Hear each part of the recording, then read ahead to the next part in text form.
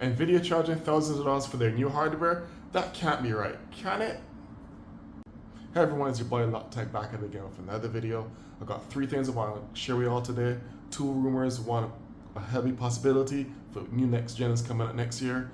Starting off, first one we're going to talk about is, now we all know that NVIDIA is no stranger to charging an arm and a leg and a liver for any of their parts. So now there's leaks, more and more leaks and articles out there now that are saying that the 5080 and 5090 are going to be ridiculously more expensive than the 4070 and the 4080 and 4090 when they launched. So for the 5090, it is said for most articles now, multiple articles are pointing between a range of $2,500 and $3,000 for the 5090. I don't care if you have 8 more gigs than last gen of VRAM, but why would you pay arm and a leg, aka $3,000 for a video card? It doesn't make sense. But we should be no strangers to NVIDIA's Nvidia taglines and their charging, because that's the rumors, and a lot of articles highlight video cards, OC3D, all of them, multiple articles saying that's the range for the 5090. A lot of people are not going to be happy. Well, I'm used to it by now because everyone charges arm and a leg on their side of the fence. Next up, we got the 5080 that's said to be between $1,500 and $2,000 for a 5080, when last gen was like almost $1,000 cheaper, which is still expensive. But NVIDIA is planning to charge, articles wise, for rumors, are planning to charge between a range of $1,500 and $2,000 for their 5080.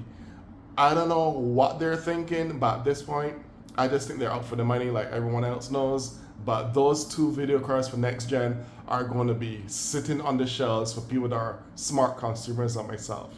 I don't care how much RAM it has or memory, you're not going to charge me an arm and a leg for no hardware parts. That's ridiculous.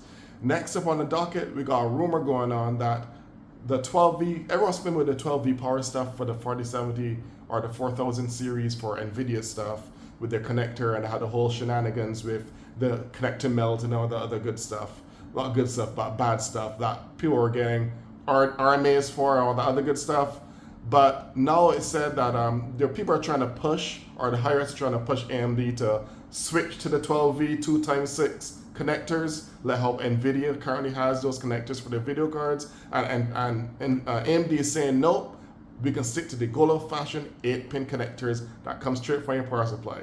So this is good news. I hope they stick to it. However, they did leave it on the plate and open-ended for the AIB partners, saying that, hey, if y'all want to do 12V power, fine, and copy your competitors. However, we are not confirming or approving the use of or mandating the use of 12-volt connectors. I don't blame them. I think the smart move is stick to what you know it works and doesn't melt. I don't blame them because they can lose money, and if they dive into the new connector territory, they can have a whole mess of how NVIDIA went through with their things melting. So I'm really glad. I hope it comes out to be true. I'm sure it will be because they've been pretty consistent with the 8-pin connectors. So if the new next gen 9000 series AMD, especially the 9070 XT, is going to stick with 8-pin old-fashioned connectors from the power supply, that's good news for us old G heads when it comes to computer gaming. Now, in other news, there's some other stuff going on the AMD side. Rumors and leaks, more and more coming out about the 9070 XT. They're saying now that they did some leaks. There were some leaks and benchmarks comparing it to the 7900 GRE, which, as you know, is end of life production. They don't longer make any 7900 GREs anymore. But supposedly, the leaks are suggesting so far that there's a significant bump over the 7900 GRE performance-wise, especially in 3D Mark, which is a common PC gaming benchmark test, which really stresses the video card.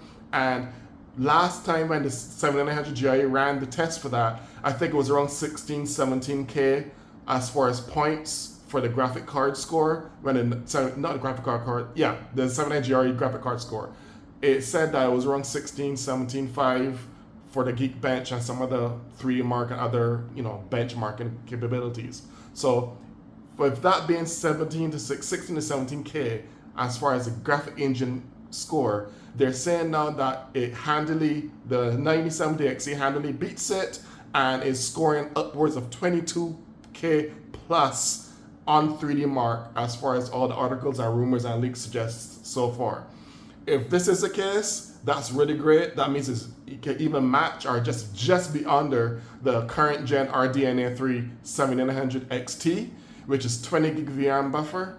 So if they can find a way and find a secret sauce for the Radeon division to give the same success as the Ryzen division for the CPUs, and have something that has less VRAM but still performs or matches something that has more VRAM, that'd be great. I am cautiously optimistic for CES and what CES has to show for all the big names like AMD, NVIDIA, and all the other electronic places and computer manufacturers.